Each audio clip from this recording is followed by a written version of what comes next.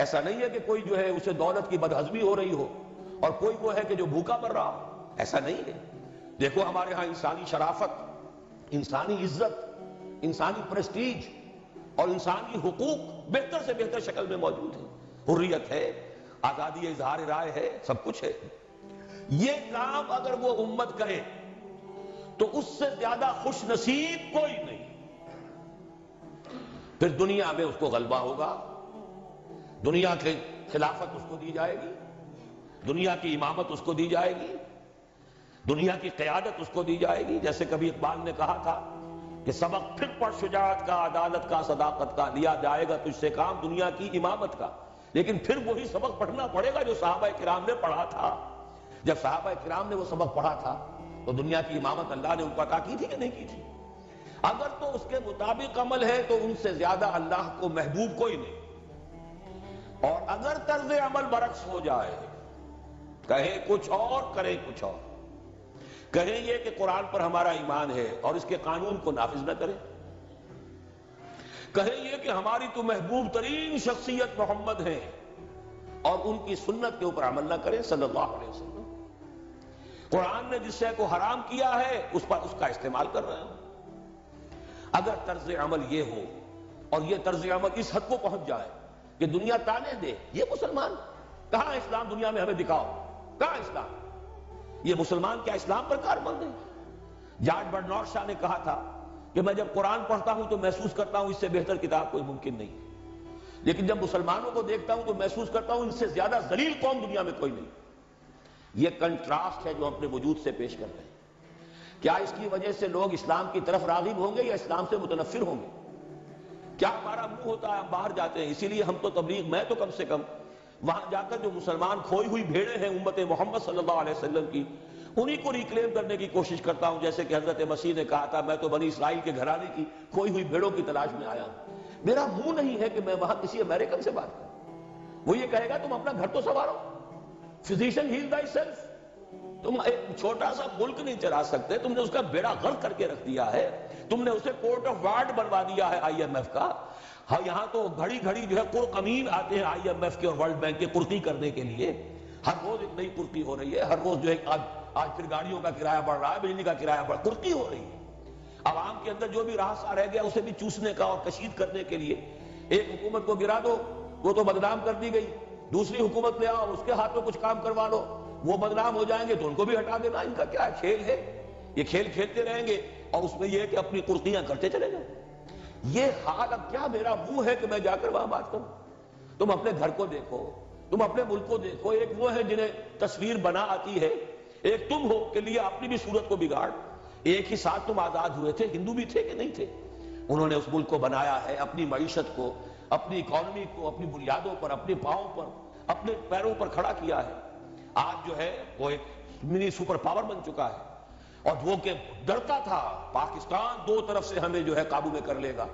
پہلے تقریباً 20 برس جو ہیں ہندوستان کے، بھارت کے کانپتے ہوئے گزرے ہیں پاکستان سے، اب 30 برس سے جو صورتحال ہے وہ آپ کو معلوم ہے۔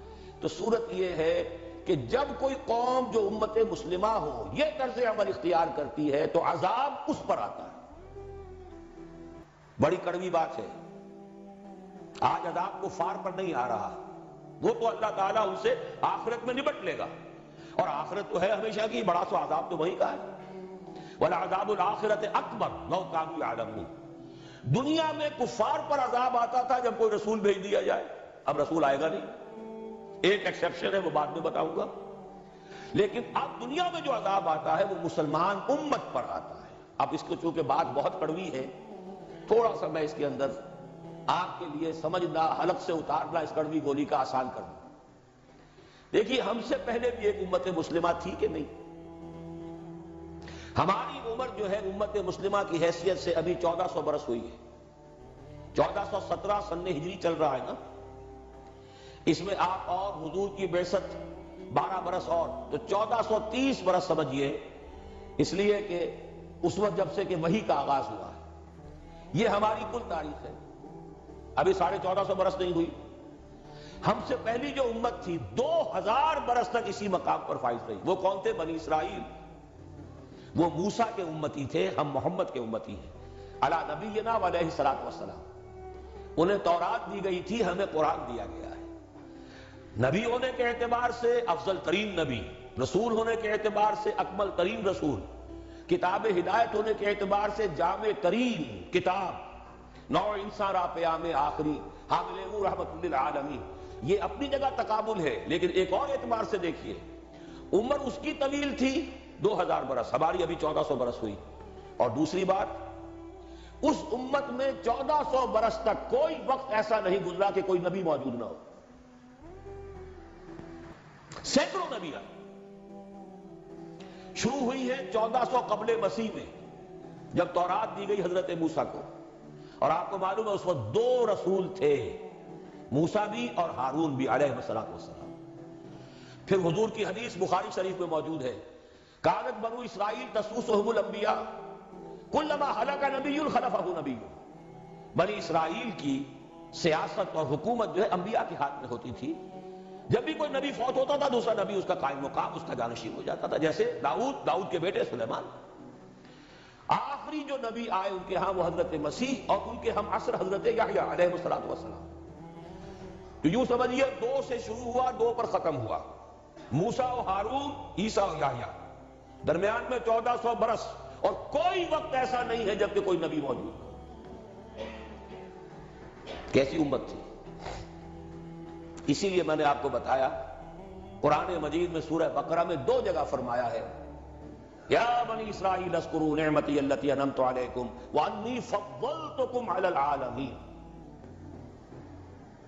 چھٹا رکوع بھی شروع ہوتا ہے اسی آیت سے سورہ بقرہ کا، اور 15واں رکوع پھر شروع ہوتا ہے اسی آیت سے۔ اے بنی اسرائیل، میرے اس انعام و اکرام کو یاد کرو جو میں نے تم پر کیا، اور میں نے تو تمہیں تمام جہان والوں پر فضیلت دی تھی۔ لیکن وہی بنی اسرائیل جب ان کا طرز عمل کیا ہوا، شریعت کو پس پش ڈال دیا، نبذ فریق من الذین اوتوا الکتاب کتاب اللہ وراء ظہورہم مثل الذین حملوا التوراۃ ثم لم يحملوها كمثل الحمار يحمل اسفارا۔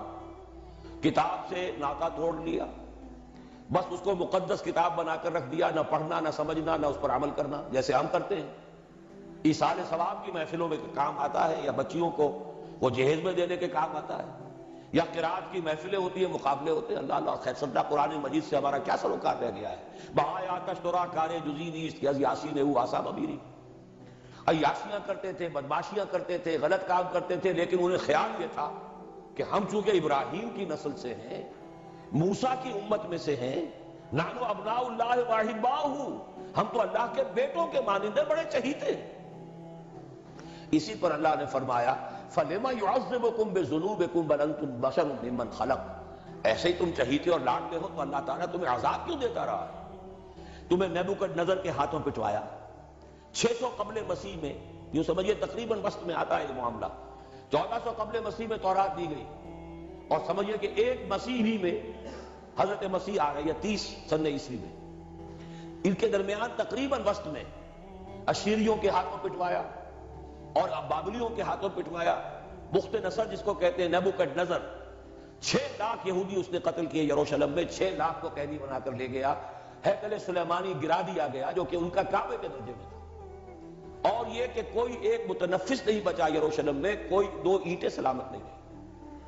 انہیں لے گیا بیبیلونیا میں، کیپٹیوٹی، پیریڈ آف کیپٹیوٹی، وہاں سے واپس آئے، توبہ کی انہوں نے، حضرت عزیر علیہ السلام کی دعوت توبہ جو ہے، توبہ کی منادی کے نتیجے میں، تو پھر اللہ نے انہیں ایک موقع اور دیا، اور ان کی ایک بڑی عظیم سلطنت قائم ہوئی، مکابی سلطنت، اور پھر ٹیمپل جو ہے دوبارہ بنا، یہ جو سیکنڈ ٹیمپل کہلاتا ہے، دوسری تعمیر جو ہوئی ہیکل سلیمانی کی، اس کو بھی پھر دوبارہ جب ان کے ہاں وہی لچھن آئے، میں تجھ کو بتاتا ہوں تقدیر امم کیا ہے، شمشیر و ثنا اول، طاؤس و رباب آخر، جب وہی لچھن ہو گئے پھر عذاب کے کوڑے پڑے، پہلے گریکس کے ذریعے، یونانیوں کے ذریعے، پھر رومنز کے ذریعے، اور سن 70 عیسوی میں وہ دوسرا ہیکل سلیمانی بھی مسمار کر دیا گیا، اور انہیں فلسطین سے نکالا دے دیا گیا، نکل جاؤ یہاں سے۔ تقریباً یوں سمجھیے کہ 1917 تک، سن 70 سے 1917 تک کتنے ہو گئے؟ 1850 برس ہو گئے تقریباً۔ 1850 برس یہ لوگ پھر فلسطین میں داخل نہیں ہو سکے، اور وہ ہیکل سلیمانی آج تک بھی پڑا ہوا ہے منہدم، سوائے اس کی ایک دیوار کے جسے یہ ویلنگ وال کہتے ہیں، وہاں جاتے ہیں رو دھو کر آ جاتے ہیں۔ اب تو خیر ان کا قبضہ ہے، جانا آنے کا سوال نہیں رہا، ورنہ 1967 سے پہلے بھی اجازت لے کر جاتے تھے، ماتم کر کے آ جاتے تھے، اس لیے کہ یروشلم جو ہے اس پر قبضہ تو ان کا ہو گیا تھا، لیکن مشرقی علاقہ ہے وہ، اور اس پر ابھی عربوں کا زیادہ تسلط تھا، اب وہ ختم ہو رہا ہے۔ معلوم ہوا کہ وہی قوم جو ہے، جو چہیتی بھی تھی، لاڈلی بھی تھی، خیر الامم تھی، انی فضلتکم علی العالمین کا مصداق تھی، جس پر انعامات تھے، اکرام تھا، جنہیں حضرت داؤد اور سلیمان کی سی حکومتیں دی گئیں، ان سب کا معاملہ کیا ہوا؟ غلط عمل کی وجہ سے، برعکس رویے کی وجہ سے قرآن مجید ہی میں دو جگہ ہے تھوڑے سے لفظی فرق کے ساتھ، ضربت علیہم الذلۃ والمسکنۃ وباؤوا بغضب من اللہ، ان پر ذلت تھوپ دی گئی، ذلیل کر دیے گئے۔ 1850 برس تک، پہلے 150 برس تک کیپٹیوٹی میں رہے تھے، اب 1850 برس تک جسے یہ ڈائسپورا کہتے ہیں اس میں رہے، روتے تھے، یاد کرتے تھے اپنی فلسطین کی سرزمین کو کہ ہم وہاں سے نکالے گئے ہیں۔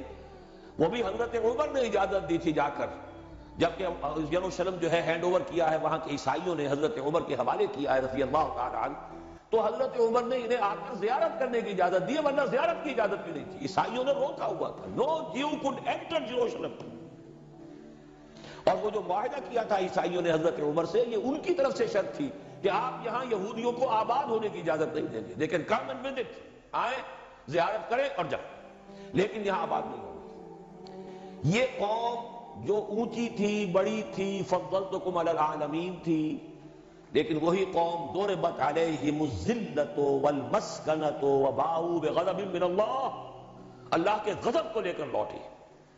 یہ ہے اصل میں وہی معاملہ جو آج ہمارے ساتھ ہے۔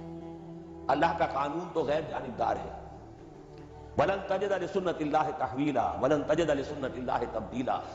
اللہ کا قانون قوموں اور امتوں کے لیے بدلتا نہیں، وہی صورت ہے۔ ہمیں بھی کہا گیا کنتم خیر امت اخرجت للناس، تم بہترین امت ہو جسے دنیا والوں کے لیے نکالا گیا ہے۔ تمہارا کام کیا ہے؟ ہم تو جیتے ہیں کہ دنیا میں تیرا نام رہے، کہیں ممکن ہے کہ ساقی نہ رہے، جام رہے۔ ہمارا کام تو تھا اس اسلام پر عمل کرے اور دنیا کو دعوت دے، اپنے عمل میں بھی گواہی دے، آؤ دیکھ لو ہم جو کچھ کہہ رہے ہیں یہ تھیوری نہیں ہے، یہ صرف لفاظی نہیں ہے، یہ شاعری نہیں ہے۔ اگر محمد رسول اللہ نے فرمایا صلی اللہ علیہ وسلم سید القوم خادمہم، آؤ دیکھ لو مدینے میں ہمارا خلیفہ عمر فاروق خادم ہے کہ نہیں ہے؟ کیا کوئی بادشاہ ہے؟ کیا اس نے کوئی محل بنایا ہے؟ کیا اس کے لیے کوئی خدم و حشم ہے؟ کیا اس کے لیے کوئی باڈی گارڈ ہے؟ کچھ بھی نہیں۔ جیسی جھونپڑیاں دوسروں کی ہے ویسی جھونپڑا اس کا ہے، جیسے پیبند لگے ہوئے کپڑے دوسروں کے ہیں، بلکہ دوسروں کے بہتر بھی ہوں گے، اس کے کپڑوں میں پیبند لگا ہوا ہے، اس کے نام سے قیصر و کسریٰ کے درباروں میں لرزہ ہے، لیکن اس کی سادگی کا عالم یہ، آؤ دیکھو، see with your own eyes, come here, see it۔ یہ اگر ہم کرتے اور کر سکتے، جب تک کرتے رہے تو ہم سے اونچا کوئی نہیں، اللہ کا ہم سے بڑھ کر محبوب کوئی نہیں، ہم سے زیادہ امت مرحومہ اور کوئی نہیں۔ لیکن جب ہم نے برعکس روش اختیار کی تو کیا ہوا؟ جیسے انہیں پٹوایا گیا تھا ایشورینز کے ہاتھوں، ہمیں پٹوایا گیا سب سے پہلے جو صلیبیوں کے ہاتھ، کروسیڈرز، کئی لاکھ مسلمان قتل ہوا کروسیڈز کے اندر۔ جب پہلی مرتبہ عیسائیوں نے قبضہ کیا یروشلم پر، تقریباً 90 برس 88 برس عیسائیوں کے قبضے میں رہا ہے، اب وہ دوبارہ چلا گیا یہودیوں کے قبضے میں۔ اس وقت جو ہے اتنا قتل عام ہوا تھا عربوں کا اور مسلمانوں کا یروشلم میں کہ جب فاتحین کے گھوڑے داخل ہوئے ہیں شہر کے اندر تو گلیوں کے اندر ان کے گھٹنوں تک خون کی نہر بہ رہی تھی۔ اس کے بعد آیا فتنہ تاتار، کروڑوں مسلمان قتل ہوئے، یہ لاکھوں کی بات نہیں، کروڑوں مسلمان۔ پورا روسی ترکستان کا علاقہ ختم ہوا، افغانستان ختم ہوا، ایران ختم ہوا، عراق ختم ہوا، 4 عظیم مملکتیں۔ اور آخری خلیفہ بنو عباس کا وہ گھسیٹ کر نکالا گیا اپنے محل سے، مستعصم باللہ۔ ویسے تو نسل تو حضور کے چچا کی نسل سے تھا، عباسی تھا، حضرت عباس رضی اللہ تعالیٰ عنہ کی نسل سے ہے، مستعصم باللہ، لیکن اس کو گھسیٹ کر نکالا گیا ایک جانور کی کھال کے اندر لپیٹ کر، اور تاتاریوں نے اپنے گھوڑوں کے سنوں تلے اسے کچل دیا۔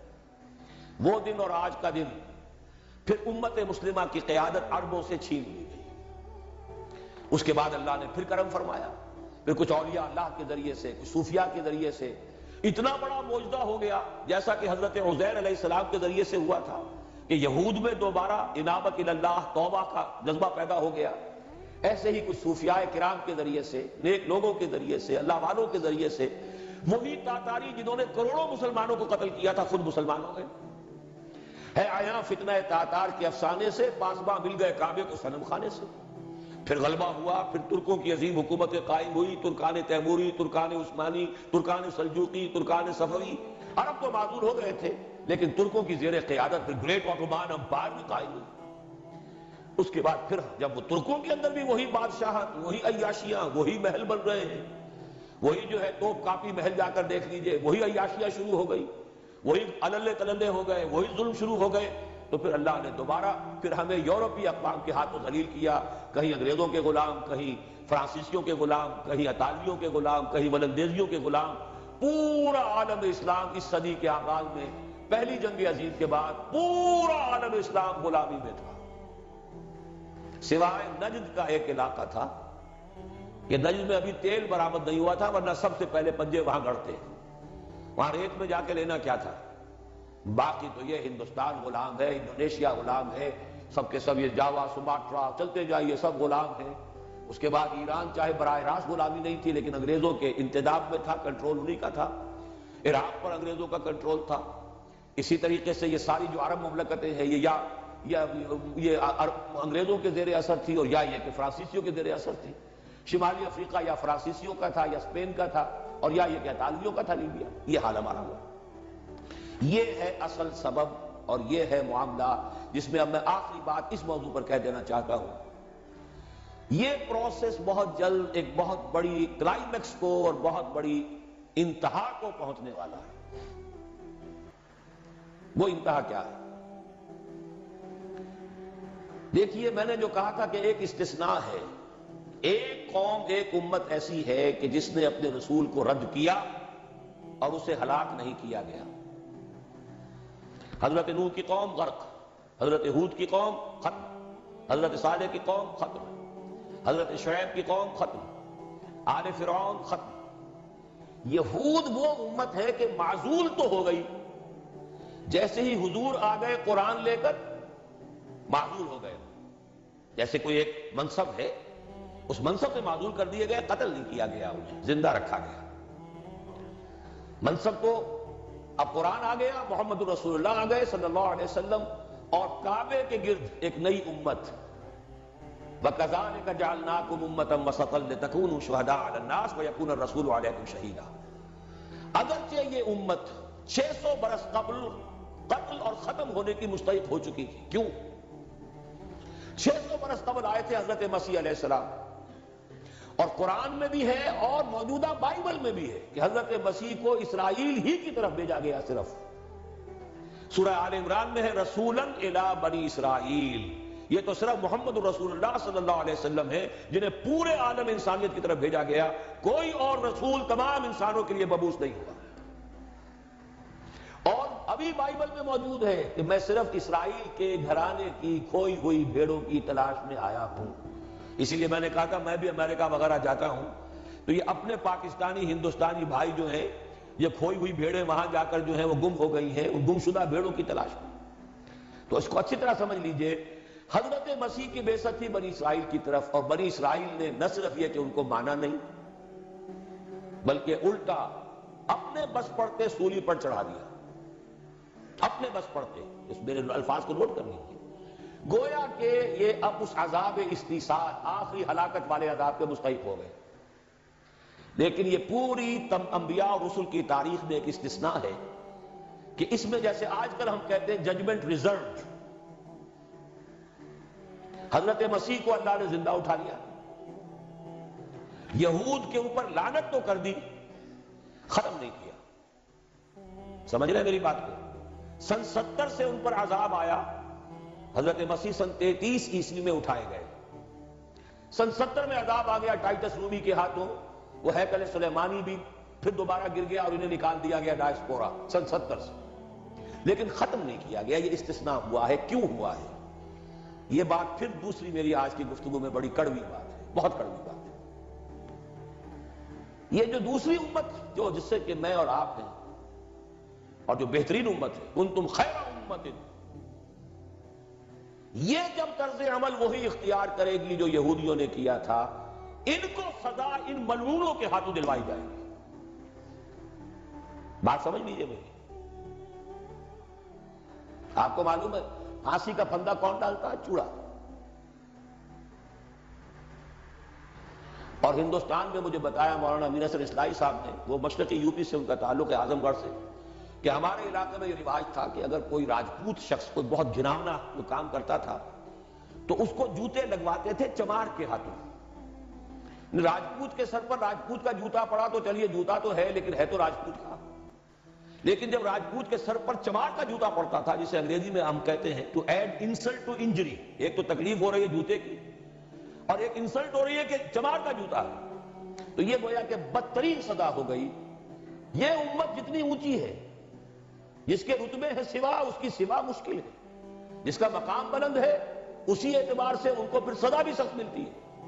صاف فرما دیا اللہ تعالیٰ نے سورہ احزاب میں، اے نبی کی بیویوں تم عام لوگوں کی طرح نہیں ہو، لستم کا احد من النساء، لستن کا احد من النساء، اگر تم نے کوئی غلط حرکت کی دوہرا سزا عذاب ملے گا. اور بات صحیح ہے، جن کے رتبے ہے سوا ان کی سوا مشکل ہے. اس امت کو عذاب کے کوڑے مارنے والی قوم وہ ملعون اور مغضوب علیہم قوم ہے، جس کے لیے قرآن مجید 2 دفعہ کہتا ہے ضربت علیہم الذلۃ والمسکنۃ وباءوا بغضب من اللہ. اور یہ کوڑے بہت زبردست شکل میں ابھی آنے والے ہیں. میری بات اب آپ نے سمجھ لی؟ کیوں رکھا گیا یہود کو؟ یہ جلاد کیوں سنبھال کے رکھے گئے؟ انہیں بھی سزا دی گئی. اس صدی میں بھی ہٹلر کے ہاتھوں میں بھی 6 ملین 60 لاکھ اس نے ختم کیے. ان پر تو سزا کا سلسلہ چلتا رہا، ایکسٹرمینیٹ نہیں کیا، ختم نہیں کیا، باقی رکھا ہے. اس لیے کہ ان کو کوڑا بنا کر امت مسلمہ کی پیٹھ پر مارنا ہے کہ تمہارا رتبہ، تم محمد کے امتی صلی اللہ علیہ وسلم، ہمارے آخری رسول، ہمارے اکمل رسول، ہمارے خاتم النبیین، خیر البشر، اور ان کی امت ہو کر تمہارا حال یہ ہے.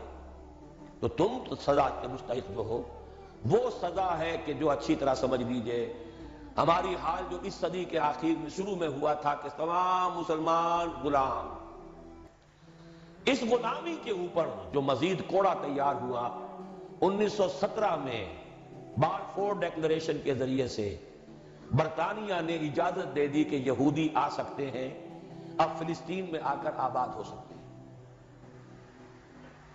وہ مکان خرید سکتے ہیں، جائیداد خرید سکتے ہیں، زمینیں خرید سکتے ہیں. 1971 اس پر اندیشہ تھا کہ کہیں اگر خلیفہ عثمانی نے جہاد کا اعلان کر دیا، اس لیے کہ سلطان عبد الحمید کو بڑی سے بڑی رشوتیں پیش کر کے دیکھ لیا تھا کہ یہ جو ہمارے اوپر پابندی ہے کہ ہم فلسطین میں آباد نہیں ہو سکتے، جو کہو ہم تمہیں دولت دینے کو تیار ہے، یہ پابندی ختم کر دو. سلطان عبد الحمید ویسے جو بھی کچھ تھے چھوڑ دیجئے، لیکن یہ کہ اس نے کہا کہ جو معاہدہ عمر نے کیا تھا رضی اللہ تعالی عنہ، میں پیچھے نہیں جاؤں. لہذا خلافت ختم کروا دی، اور کروائی کس کے ہاتھوں؟ ایک مسلمان کے ہاتھوں. اس لیے کہ فری میسن تھا مصطفیٰ کمال پاشا، فری میسن. یہ سب یہودیوں کے ادارے. چاک کر دی ترک نادا نے خلافت کی قبا، سادگی اپنوں کی دیکھ اوروں کی عیاری بھی دیکھ. ہندوستان میں ہنگامہ چل رہا ہے، تحریک چل رہی ہے، مسلمان ہجرت کر رہے ہیں اور سب کچھ ہو رہا ہے، اور ہندو بھی شامل ہو رہے ہیں خلافت کی تحریک میں. لیکن اب مدعی سست گواہ چست، جب مصطفیٰ کمال نے خود ختم کر دی تو سب پانی پڑ گیا آگ کے اوپر. اب کیا بولیں، کس کو برا کہیں؟ اس کے بعد 1948 میں ان کی ریاست قائم ہو گئی اسرائیل. کتنے برس بعد؟ ریاست تو خیر اس وقت بھی ان کی نہیں تھی جبکہ ٹائٹس نے ختم کیا ہے، وہ تو بہت پہلے کی بات تھی. تقریباً 2000 سال بعد اسرائیل 1967 میں جنگ کروائی، اور یہ بالکل صدام کی طرح کا مسئلہ تھا. 1967 کی جنگ میں ایک سازش تھی. انہوں نے بطور مہرہ استعمال کیا جمال عبد الناصر، جس نے اچانک جو ہے ایلات کی بندرگاہ کو بلاک کر دیا 1967. اس پر جھپٹا مارا ہے اسرائیل نے، ادھر سے سینائی لے لیا، ادھر سے گولان ہائٹس لے لیے، ادھر سے جو ہے West Bank of Jerusalem, West Bank of Jordan لے لیا. یہ 67 کی بات ہے.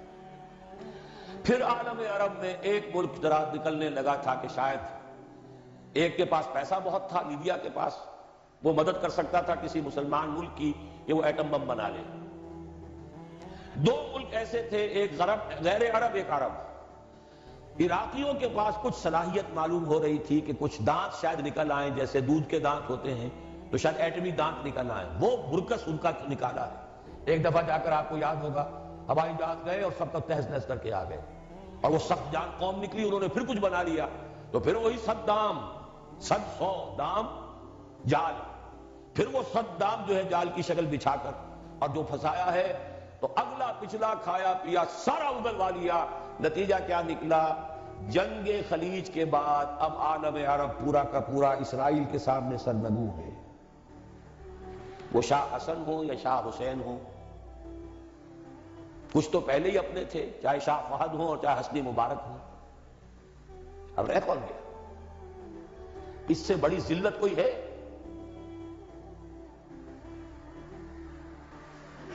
جن کے ساتھ ایک میز پر بیٹھنے کو تیار نہیں تھے، جن کے ساتھ گفتگو کو تیار نہیں تھے، اور بلا کر کہاں کھڑا کیا ہے؟ آؤ میڈرڈ میں، اسپین میں آؤ، اسپین سے شروع کروائیں گفتگو۔ اور اسپین کون سی جگہ ہے؟ مسلمانوں کا دنیا میں سب سے بڑا قبرستان، جہاں 800 برس حکومت کی اور پھر ایک ایک بچہ ختم کر دیا گیا، نام و نشان مٹا دیا گیا۔ 1492 میں فال آف گرینیڈا ہوا ہے، سقوط غرناطہ، اور 1992 میں ٹھیک 500 برس بعد یہ نیگوسیشن شروع ہوئی ہے میڈرڈ کے اندر۔ اور اب جو صورتحال ہو رہی ہے، آپ اخبارات میں پڑھ رہے ہوں گے، وہ نام نہاد صلح کو توڑنے کے اوپر تلا بیٹھا ہوا اسرائیل۔ کیا ہوگا؟ ابھی میں ادھر جانا نہیں چاہتا۔ بہت بڑا ہنگامہ آ رہا ہے، بہت بڑا ہنگامہ آ رہا ہے، اور سب سے بڑا یہ عذاب کا کوڑا جو ہے یہودیوں کے ہاتھوں کس پر پڑے گا؟ عربوں پر۔ کیوں پڑے گا؟ اس لیے پڑے گا کہ اس امت مسلمہ میں عربوں کی فضیلت سب سے اونچی ہے، اصول تو وہی ہے جن کے رتبے ہیں سوا ان کی سوا مشکل ہے۔ عرب کون ہے؟ جن میں سے حضور تھے صلی اللہ علیہ وسلم، یہ رتبہ بلند ملا جس کو مل گیا، ہر مدعی کے واسطے دار و رسن کہاں۔ عرب کون ہے؟ جن کی مادری زبان میں اللہ کا کلام ہے۔ مجھے اور آپ کو 100 پاپڑ بیلنے پڑیں گے قرآن کو سمجھنے کے لیے، ہماری بہت عظیم اکثریت تو پھر بھی نہیں سمجھ سکے گی، ترجمے پڑھ لے گی زیادہ زیادہ، اور کیا کرے گی؟ ان کی مادری زبان۔ انہوں نے جب پیٹھ دکھائی، اور اس صدی میں کولونیل رول سے آزاد بظاہر ہو جانے کے باوجود کسی نے قبلہ راست کردم، کسی نے وہ قبلہ کر لیا واشنگٹن کی طرف، کسی نے کر لیا ماسکو کی طرف، تو بدترین سزا کے وہی مستحق ہیں۔ اور جان لیجئے کہ وہ ہولوکاسٹ مڈل ایسٹ میں آنے والا ہے، آرمگڈون، الملحمۃ العظمیٰ۔ میں نے یہ ساری چیزیں اپنی ایک کتاب میں لکھ دی ہیں، سابقہ اور موجودہ مسلمان امتوں کا ماضی، حال اور مستقبل۔ ایک موجودہ امت مسلمہ ہے ہم، ایک سابقہ امت مسلمہ ہے معزول شدہ، وہ ہے یہود، اب بھی موجود ہے، امت موسیٰ ہے، سابق تورات ہے۔ ان کا ماضی کیا ہے، حال کیا ہے، مستقبل کیا ہے؟ مستقبل میں سب سے بڑا پیچ جو پڑنے والا ہے، جیسے پتنگوں کا پیچ ہوتا ہے، ان دو امتوں کا ہے۔ مڈل ایسٹ سب سے بڑی جنگ، تاریخ انسانی کی عظیم ترین جنگ کا میدان بنے گا، جس کو حضور نے نام دیا الملحمۃ العظمیٰ، عظیم ترین جنگ۔ احادیث موجود ہے میری اس کتاب کے اندر، حوالوں کے ساتھ ہے، ٹیکسٹ کے ساتھ ہے۔ ویل للعرب من شر قد اقترب، ہلاکت اور بربادی ہے عرب کے لیے اس شر سے جو قریب آ چکا ہے۔ لیکن اب یہ بات تو پھر میرے اور آپ کے لیے ذرا دور کی ہو گئی،